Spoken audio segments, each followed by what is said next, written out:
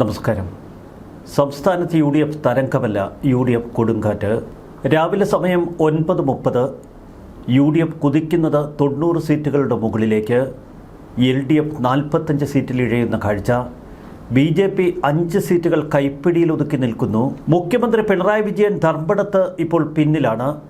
വീണ George അടക്കം 12-ലധികം മന്ത്രിമാർ പിന്നിൽ. നിയമസഭാ തെരഞ്ഞെടുപ്പിൽ കേരളത്തിന്റെ വിധിയെഴുത്തറിയാൻ രാവിലെ മുന്നണി നേതാക്കൾ തിരുവനന്തപുരത്തേക്ക് കുതിച്ചു. കോൺഗ്രസിന്റെ മുതിർന്ന നേതാക്കളൊക്കെ ഇപ്പോൾ തിരുവനന്തപുരത്തുണ്ട്. KPCC ആസ്ഥാനത്തിന് മുന്നിലെ പന്തലിൽ വലിയ വിജയാഹ്ലാദമാണ് ഇപ്പോൾ കോൺഗ്രസ് പ്രവർത്തകർ തുടങ്ങിയിരിക്കുന്നത്. 90 സീറ്റുകൾ പിന്നിട്ട UDF 100 സീറ്റിലേക്ക് കുതിക്കുമെന്നാണ് ഇപ്പോൾ പ്രാഥമിക സൂചനകൾ. CPM ആസ്ഥാനമായ AKG സെന്ററിൽ സംസ്ഥാന സെക്രട്ടറി MV ഗോവിന്ദനും CPI ആസ്ഥാനമായ MN സ്മാരകത്തിൽ സംസ്ഥാന സെക്രട്ടറി ബിനോയ് വിശ്വവുമുണ്ട്. BJP സംസ്ഥാന അധ്യക്ഷൻ രാജീവ് ചന്ദ്രശേഖർ പാർട്ടി ആസ്ഥാനമായ മാരാർജി ഭവനിലും. പ്രതിപക്ഷ നേതാവ് VD സതീശൻ ഇന്നലെ തന്നെ കന്റോൺമെന്റ് ഹൗസിലെത്തിയിരുന്നു. KPCC അധ്യക്ഷൻ സണ്ണി ജോസഫ്, മുൻ പ്രതിപക്ഷ നേതാവ് രമേശ് ചെന്നിത്തല, UDF കൺവീനർ അടൂർ പ്രകാശ് എന്നിവരൊക്കെ കോൺഗ്രസ് ആസ്ഥാനമായ ഇന്ദിരാഭവനിൽ. AICC സംഘടനാ ചുമതലയുള്ള KC വേണുഗോപാൽ ഇന്നലെ തന്നെ തിരുവനന്തപുരത്തെത്തി. കേരളത്തിന്റെ ചുമതലയുള്ള AICC general secretary Deepa Das മുൻഷിയും KPCC ആസ്ഥാനത്തെത്തി. ഡൽഹിയിൽ നിന്ന് മുതിർന്ന നേതാക്കൾ ഇന്ന് വൈകുന്നേരത്തോടെ തിരുവനന്തപുരത്തെത്തും. KPCC ആസ്ഥാനത്ത് വലിയ ചർച്ചകൾക്ക് തുടക്കമിട്ടു. സർക്കാർ രൂപവൽക്കരിക്കാനുള്ള രാഷ്ട്രീയ നടപടികളിലേക്ക് കടക്കാനുള്ള ശ്രമങ്ങൾ KPCC തുടങ്ങിക്കഴിഞ്ഞു.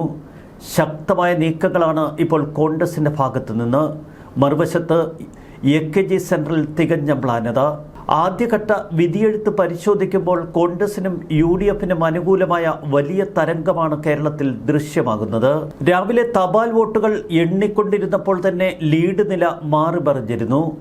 8:30 LDFന് 66, UDFന് 64 എന്ന കണക്ക്.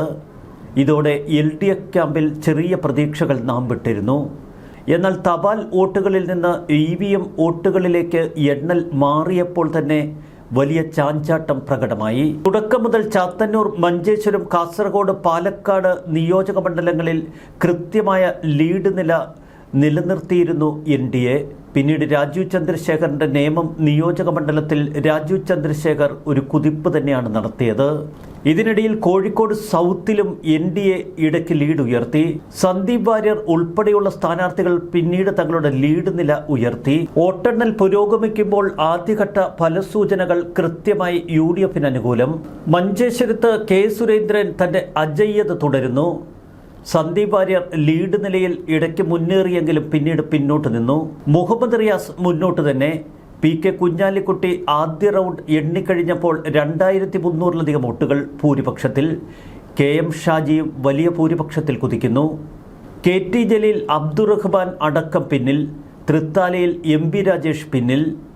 ഏറെ പ്രതീക്ഷയോടെയാണ് പത്മജ വേണുഗോപാൽ തൃശ്ശൂരിൽ മത്സരത്തിനിറങ്ങിയത്. എന്നാൽ തുടക്കം മുതൽ പത്മജ പിന്നിൽ. എറണാകുളം കളമശ്ശേരിയിൽ P രാജീവ് പിന്നിൽ. ഇരിങ്ങാലക്കുടയിൽ R ബിന്ദുവും പിന്നിൽ. പറവൂരിൽ VD സതീശൻ കുതിക്കുന്ന കാഴ്ച തുടക്കം മുതൽ. ഇടുക്കിയിൽ മന്ത്രി റോഷി അഗസ്റ്റിൻ പിന്നിൽ തന്നെ. പാലായിൽ ജോസ് കെ മാണി ഇപ്പോൾ പിന്നിലാണ്.